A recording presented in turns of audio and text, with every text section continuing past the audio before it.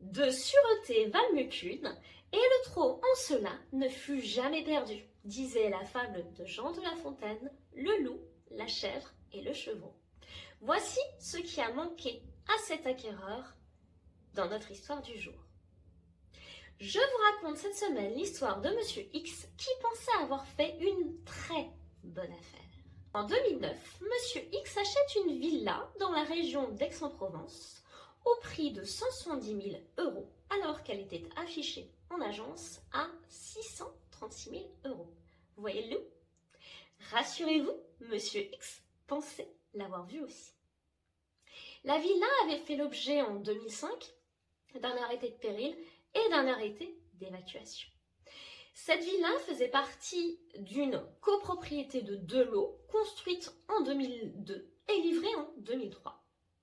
Cependant, quelques semaines après la livraison, les propriétaires des villas 1 et 2 s'étaient plaints d'un risque d'effondrement du mur type Bétoflore en amont de la villa 1 et en aval de la villa numéro 2.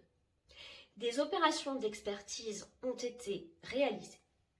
Les vendeurs de Monsieur X avaient obtenu en justice la condamnation de l'assureur dommage-ouvrage à leur verser une indemnité de 175 000 euros. L'assurance dommage-ouvrage est une assurance qui permet le préfinancement de travaux de reprise des désordres de nature décennale. Et les désordres de nature décennale sont en substance ce qui porte atteinte à la solidité de l'ouvrage ou à sa destination.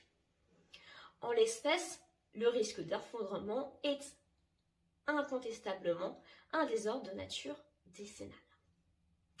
Les travaux de reprise, le principe est validé par l'expert judiciaire, n'avait pas été entrepris par les vendeurs. Dans l'acte de vente, il était mentionné la procédure d'expertise, l'indemnité versée par l'assurance au vendeur, que les travaux de reprise n'avaient pas été réalisés, que les vendeurs conservaient la maîtrise de la procédure contre l'assureur et que le prix de vente avait été réduit pour tenir compte des travaux d'importance à réaliser. Monsieur X achète dans ces conditions et réalise ses propres travaux pour rendre la maison habitable. Mais ce sont des travaux à minima différents de ceux validés par l'expert et bien moins coûteux que ceux qui avaient été validés. En clair, il y en a pour bien moins que 175 000 euros. L'assureur s'en aperçoit et assigne Monsieur X en restitution de la partie d'indemnité qui n'a pas été affectée aux travaux de reprise. L'assureur indique que, faute d'utilisation de cette enveloppe, celle-ci est restituable. Et la justice lui donne raison, à la fois devant le tribunal et devant la cour d'appel. Mécontent, Monsieur X forme un pourvoi en cassation. Il soutient 3 arguments. 1. L'action en répétition de l'indu ne peut être engagée contre lui puisque ce n'est pas lui qui a perçu l'indemnité d'assurance. 2. La transmission à son profit de l'assurance dommage-ouvrage pour la période de temps restant à courir jusqu'à les 10 ans de la construction n'emporte pas cession des créances à l'encontre de l'assureur. Et 3. L'assureur était tiers au contrat de vente, il ne pouvait donc pas se prévaloir du fait qu'une réduction avait été consentie à l'acheteur pour tenir compte des travaux à réaliser. À votre avis, a-t-il obtenu gain de cause? La réponse est non. Dans cet arrêt du 13 avril 2023, la Cour de cassation approuve la Cour d'appel.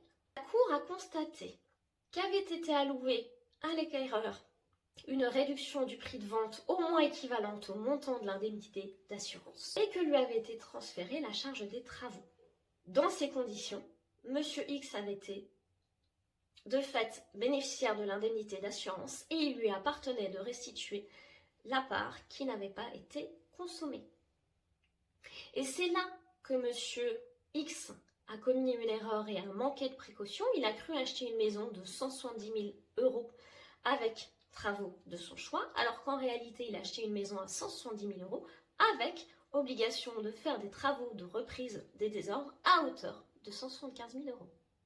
Si cette vidéo vous a plu, vous pouvez la commenter, la liker ou la partager, ça me fera très plaisir. Quant à moi, je vous dis à la semaine prochaine pour une toute autre thématique.